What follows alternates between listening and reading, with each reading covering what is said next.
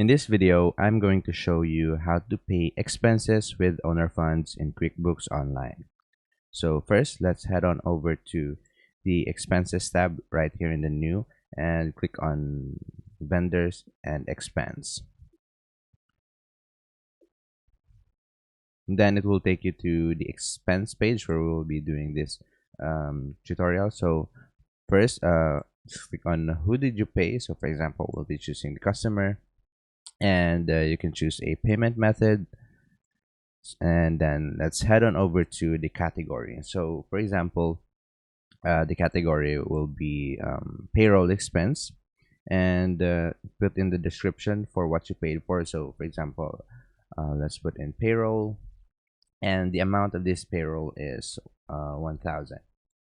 And what we're going to do next is we're going to add a new category, which will be owner investments.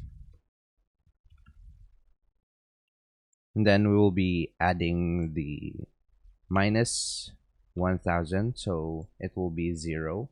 So what this does is it creates a transaction with a 0 amount, and it doesn't affect the balance of the payment account over here. And after you've done that, just click on save and close, and it will automatically record the expense of $0.